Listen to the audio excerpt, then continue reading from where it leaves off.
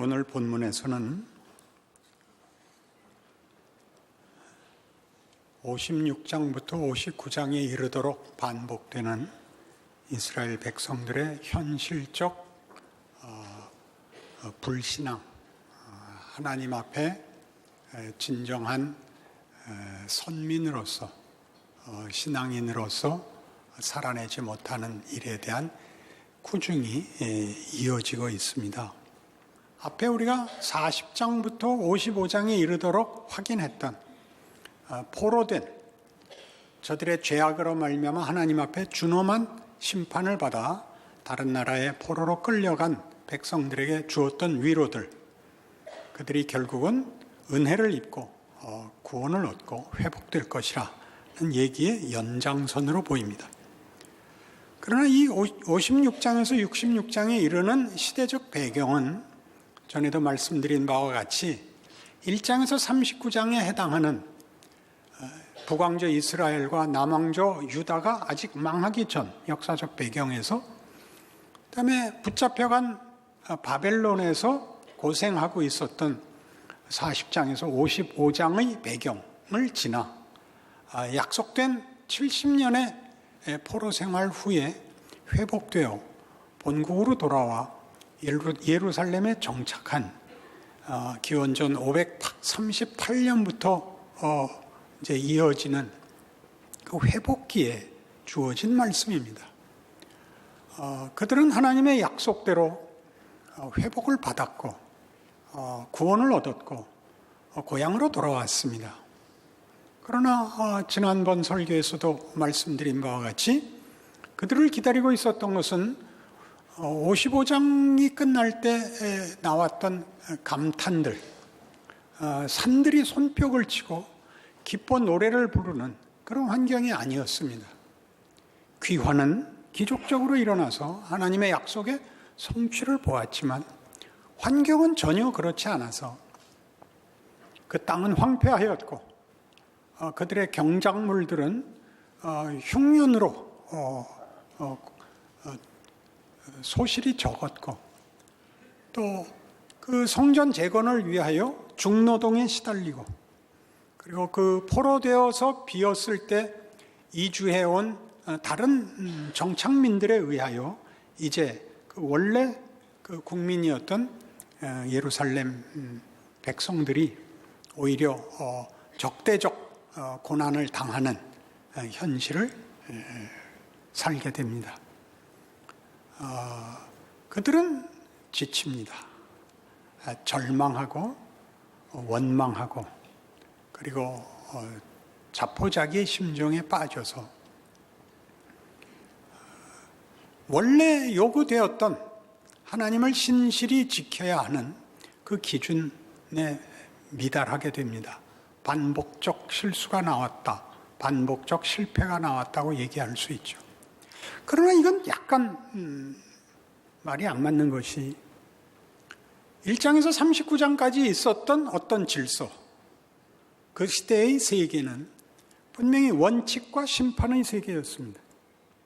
그리고 40장에서 55장까지는 은혜와 구원의 약속이었고, 그것이 원칙과 심판을 극복하는, 그걸 초월하는 결과를 약속했던 것인데, 돌아와 보니 그 약속은 현실적이지 않았습니다.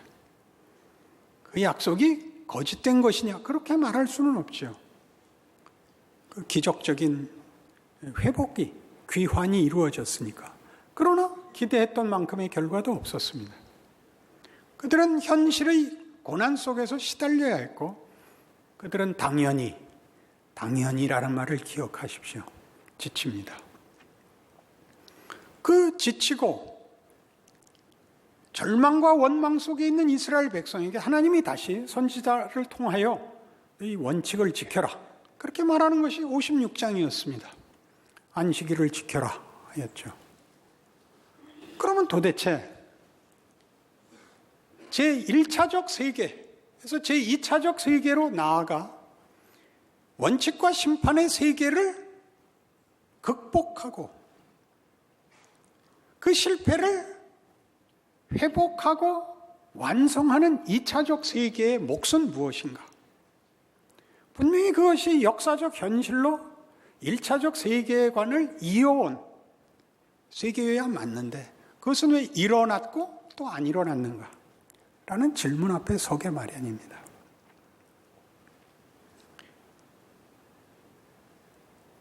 우리가 선지서들에서 보는 선지자들의 책망은 우리가 쉽게 이해하는 것처럼 다만 꾸중이나 심판의 경고를 넘어섭니다.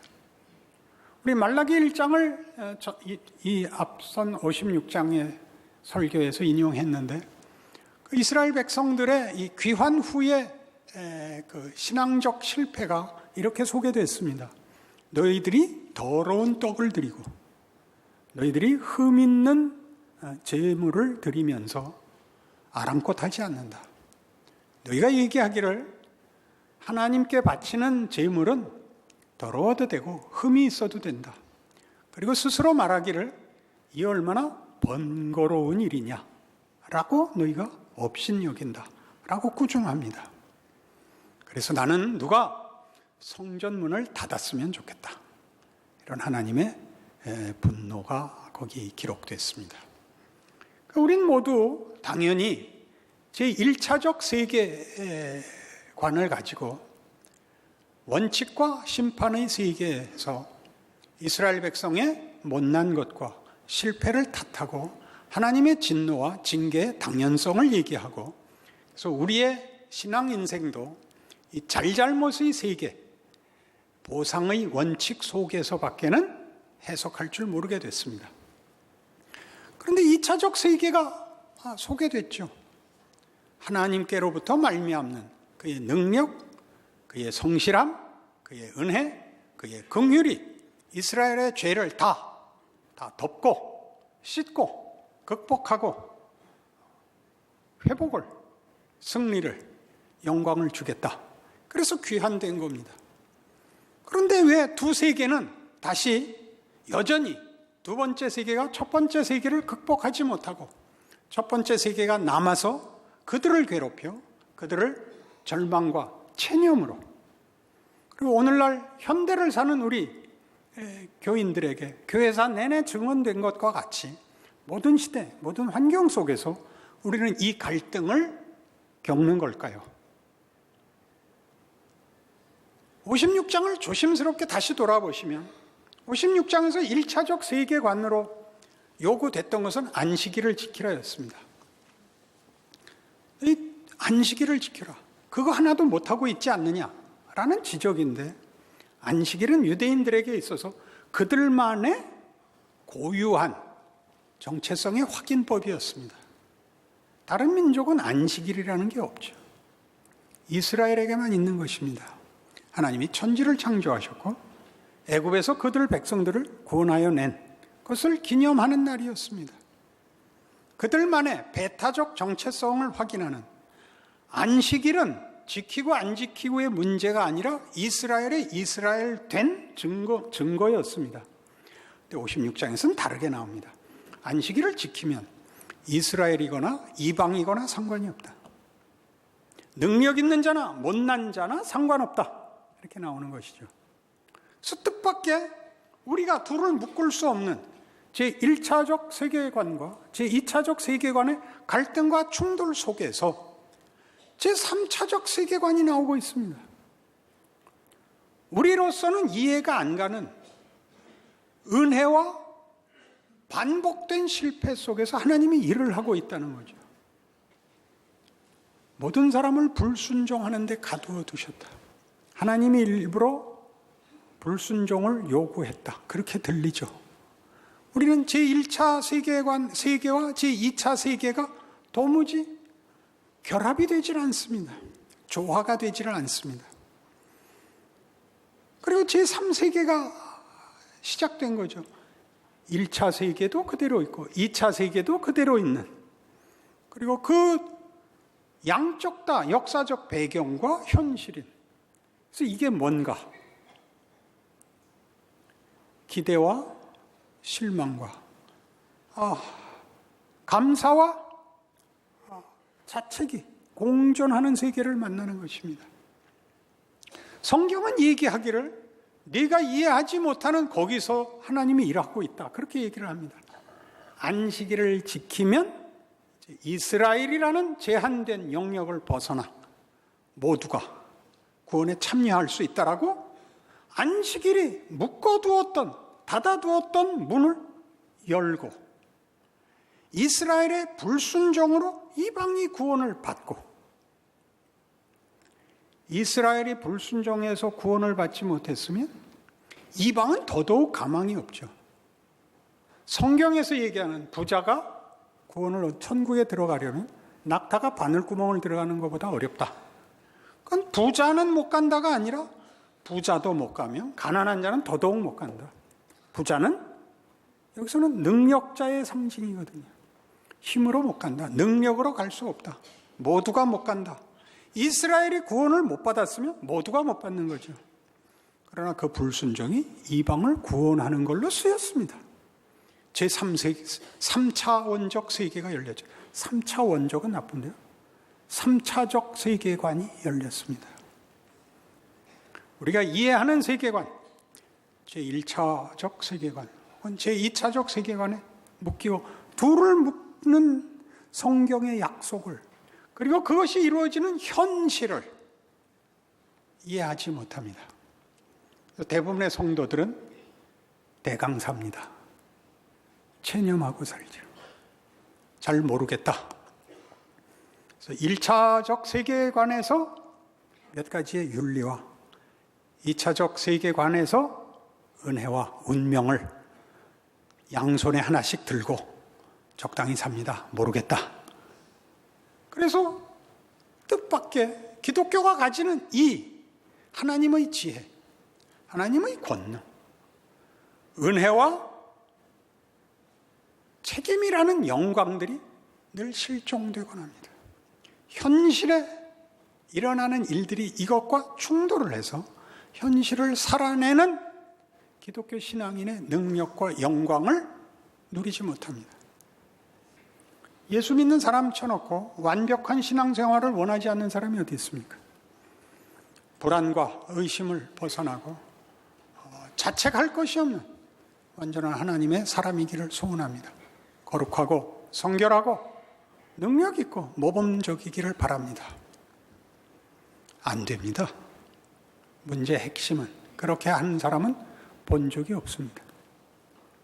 사도 바울도 불가능한 일이라고 고백한 사실입니다. 이 불가능한 것은 무엇인가? 라고 물어야 됩니다. 포로에서 귀환한 이스라엘 백성들이 체념과 원망으로 간 것은 다만 그들이 불성실하고 못난 그런 상태를, 그런 그들의 실패를 고발하는 정도가 아닙니다. 현실이라는 것입니다. 인간된 한계라는 것입니다. 욥기를 보십시오. 욥의 아우성은 뭡니까? 그는 자기가 당하는 고난의 이유를 알 수가 없습니다. 하나님은 분명히 공의로우신 분인데 왜 자기에게 이 어려움이, 이 고난이 무엇을 잘못한 것인지 알 수가 없습니다. 그냥 할 수 있는 거는 비명밖에 없습니다. 죽여주시옵소서죠. 우린 감히 못하는 거죠. 성경이 이미 하고 있는데 아니라고 우리가 우기는 겁니다. 제3차적 세계관을 모르는 거죠. 성경이 원칙과 심판의 세계와 은혜와 구원의 세계를 어떻게 묶는지를 우리 모르니까 현실에 일어나는 소원과 하나님의 일하시는 방법, 즉 현실 사이의 모순을, 충돌을, 갈등을 자책할 수밖에 없습니다. 비명이 터져나오죠. 안식일을 지켜라라고 얘기하는 것이 제1차적 세계관을 만족시켜라가 아니라 은혜가 모두에게 열리는 제2차적 세계를 1차적 세계에 담는 것 같이, 이 비명과 고함은 다만 그들의 못난 것과 잘못에 대한 원망, 분노, 저항이 아닙니다. 이 고함은 하나님 앞에 내가 당하고 있는 이것을 해결해달라는 것을 넘어서는 더 진지한 질문으로 가는 당연한 현상입니다. 여러분, 회개라고 한두 번 해본 게 아니죠. 그러나 회개를 해도 하나님이 응답을 하시지 않습니다. 잘했다고도 하지 않고 그 회개로 인하여 그 다음에 올 축복이 보상으로 오지도 않습니다. 회개한 것만 억울합니다. 회개할 거 없는 것까지 해야 되는 것입니다.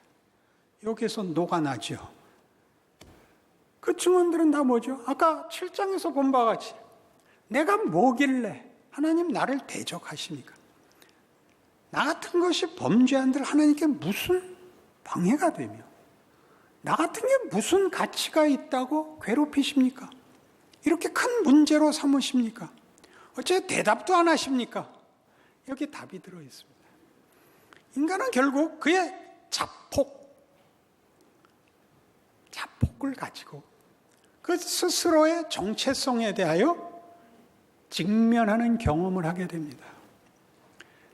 자폭을 하고 비명을 올린다는 것은 죽을 수 없다는 뜻입니다. 제대로 된 자폭은 그냥 죽는 겁니다. 자폭하겠다고 고함을 지르는 것은 하나님, 나의 존재는 내가 자폭하는 모든 원망의 내용들보다 큰 것이어야 맞습니다. 내 고통과 내 모순과 내 갈등과 이 말이 안 되는 것을 하나님이 해결을 해 주실 문제가 아니라 이걸 뚫어야 되는 문제입니다라고 고함을 지르는 것이 성경에서의 비명이요, 저항입니다. 하나님이 고난 속에서 우리에게 묻죠. 너는 이 고난보다 크다. 이 고난이 너에게 만들려는 것을 방해할 수 없다. 내가 너에게 주려는 것은 네가 받는 고난을 해결하는 것보다 크다. 그게 크다는 것은 네가 고난을 극복하지 않는 한 올 수 없는 자리에 있다는 것을 내가 네게 알리는 부활로 오는 죽음의 길이다. 이렇게 성경이 우리에게 도전하는 것입니다. 우리가 아는 많은 기적들, 어떤 문제 해결, 어떤 감동, 어떤 특별한 체험, 이런 것들을 전부와 다른, 그것보다 더 근본적인 것, 인간의 정체성입니다. 인간의 정체성. 인간이란 뭐냐? 인생이 뭐냐? 하나님은 우리에게 누구시냐? 하나님은 우리에게 뭘 하려고 하시느냐에 대한 이해를 하게 됩니다. 그 고백의 시입니다. 그 많은 기적이 있으나 그런 것들 일일이 말할 필요 없답니다. 발가락 깨진 거 고쳐주신 거, 머리통 깨진 거 고쳐주신 거, 애 학교 떨어져서 기도해갖고 제2지망 된 거, 이런 것들로는 세일 수도 없는 겁니다. 그런 것들 말고 근본적인 거, 기가 막힐 웅덩이와 수렁에서 꺼내서 반석 위에 세우신 것, 우리라는 존재의 가치, 정체성, 운명, 인생의 의미, 내용, 그 부요함에 관한 것입니다. 그런 이것들은 다 12절에서 보듯이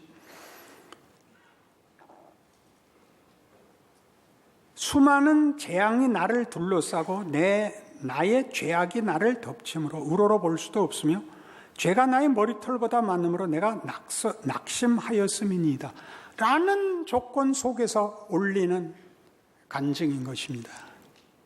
모든 죄를 극복하고 정결한 마음으로 올리는 것이 아니라 아직도 머리털보다도 많은 죄와 수많은 재앙 속에서 올리는 감사시라고요. 율법을 지켜라가 아니라 율법이 우리의 본질, 성품, 내용이 될 것입니다. 대상과 목적은 우리입니다. 율법을 지키기 위하여 우리가 죽어나가는 것이 아니라 우리를 채우기 위하여 율법이 있습니다. 율법이 우리를 지적하고 고발하는 것마저도 우리를 위하여 있는 것입니다. 제사와 예물을 요구하는 것이 아니라 우리가 쓸모있는 문제, 헌신의 문제, 유익의 문제가 아니라 우리를 목적으로 하고 있습니다. 우리에게 일어나는 모든 인생, 우리가 겪는 모든 역사, 모든 존재, 모든 희로애락이 하나님이 우리를 목적하여 우리에게 베푸시는 그의 지혜와 능력과 권능인 것입니다. 이번에도 아멘 안 하면 다 죽여버릴 것입니다. 그리고 본문에 돌아가 보시면, 본문 이사야 57장에 돌아오면 우리가 어느 본문에 걸려 있느냐 하면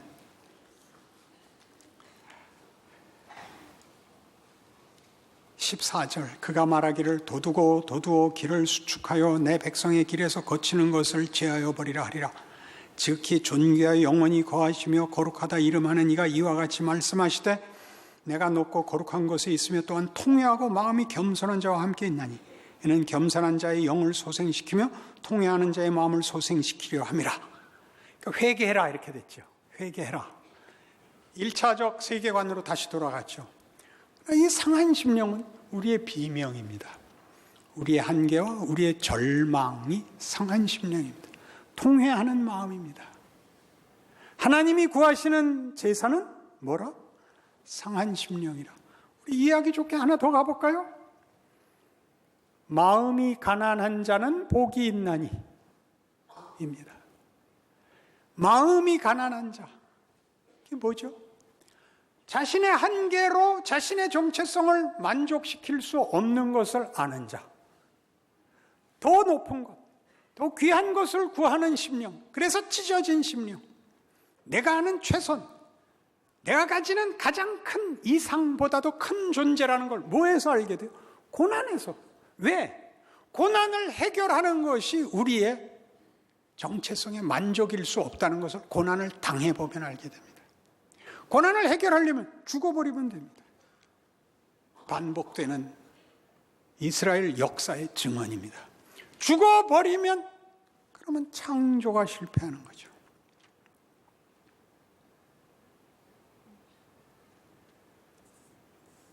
그래서 탕자의 비유가 있습니다. 탕자는 둘째 아들이었죠. 아버지에게 자기 받을 유산을 달라 해서 집을 나갔습니다. 그래서 그가 탕자, 방탕한 자식이 된 그 이름은 그가 허비한 자이기 때문입니다. 뭘 허비했죠? 시간과 재산을 허비합니다. 왜 허비하죠? 생산을 할 수 없으니까요. 스스로는 아무것도 생산을 할 수 없으니까 다 소진될 뿐입니다. 아버지 집에만 창조가 있다는 걸 압니다. 생산이 있다는 걸 압니다. 그래서 돌아오죠. 회개입니다. 소비되던 세계에서 창조의 세계로 귀환합니다. 그럼 뭐가 남죠? 그럼 다른 세계가 남아야죠. 창조의 세계, 생명의 세계가 남아야죠.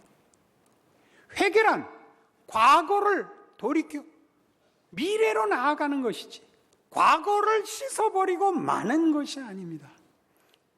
첫째 아들이 그러죠. 야, 이거 왜 집안이 소란하냐? 형님, 둘째가 돌아와서 아버지께서 기뻐서 잔치 벌렸습니다. 뭐라고? 그 새끼가 돌아왔다고? 아버지, 이게 뭡니까? 얘야, 네 동생이 살아서 돌아오지 않았냐? 아버지, 저는 평생 아버지 곁을 떠난 적이 없고 충성했는데 나와 내 친구들한테는 염소 새끼도 한 번 안 구워주더니 이 새끼한테는 왜 소를 잡습니까? 뭐라고 대답을 해요? 얘야, 내 것이 다 네 거 아니냐? 회개는 과거를 씻는 게 아니라 소비하고 소진되고 망하고 우리의 만족과 타협의 세계에서 하나님의 세계로 나온 것이죠. 살아내십시오. 여러분이 괴로워하는 그 고통과 고난이 여러분 보고 어떻게 할래라고 묻는 것입니다. 여기서 타협할래? 여기서 도망갈래? 라고 묻는 것입니다. 뚫으십시오. 십자가를 지십시오. 죽음을 돌파하십시오. 고난과 절망을 얼굴을 맞대고 극복하지 않으면 하나님이 예수를 십자가에 매달아 우리에게 약속하신 하나님의 구원의 영광은 만날 도리가 없습니다. 그러니 밤낮 자책이 다죠. 저 새끼 안 돌아왔다가 다죠. 돌아온 자로서의 여러분의 삶은 어디 간 겁니까? 힘들다고요? 힘들지 않은 게 어디 있습니까? 축구를 11명이 앉아서 가위바위보 해갖고 결정할 겁니까? 하다못해 페널티킥이라도 차야 될 거 아닙니까? 예수 믿는 것이 위대하고 명예로운 기회라는 것 아직도 모르겠습니까? 책임 없는 말이나 남발하고 주장이나 하고 비난이나 하고 스스로는 할 게 없어서 자신의 자책과 원망에 대하여 하나님 앞에 억울하다고 울기나 하고 그런 거 아닙니다. 일어서십시오. 죽을 얼굴을 하고 걸어 나가십시오. 막힌 담에 가서 박치기를 하십시오. 담이 무너질 것입니다.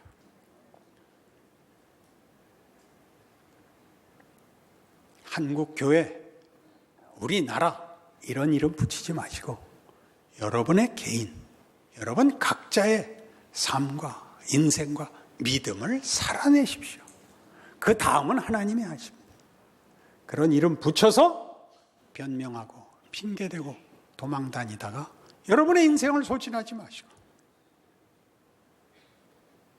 멋진 하나님의 자녀로 사는 위대한 고달픈 인생을 살아내시는 여러분의 삶이 되시기를 바랍니다. 기도하십시다. 하나님 아버지, 우리가 직면하고 있는 현실의 어려움들은 사실은 따지고 보면 위대한 기회입니다. 세상은 우리에게서 죽음을 가지고 위협하는 것 외에 할 게 없습니다. 세상에는 아무런 위대한 것이 없습니다. 하나님께만 있습니다. 저들은 죽음으로 위협하고 하나님은 우리에게 부활과 영생을 약속하셨고 영광과 명예를 약속하셨습니다. 당연한 일입니다. 이 위대한 길 걷겠습니다. 붙들어 승리하게 하옵소서. 울고 일어나 전진하게 하옵소서. 예수님 이름으로 기도합니다. 아멘.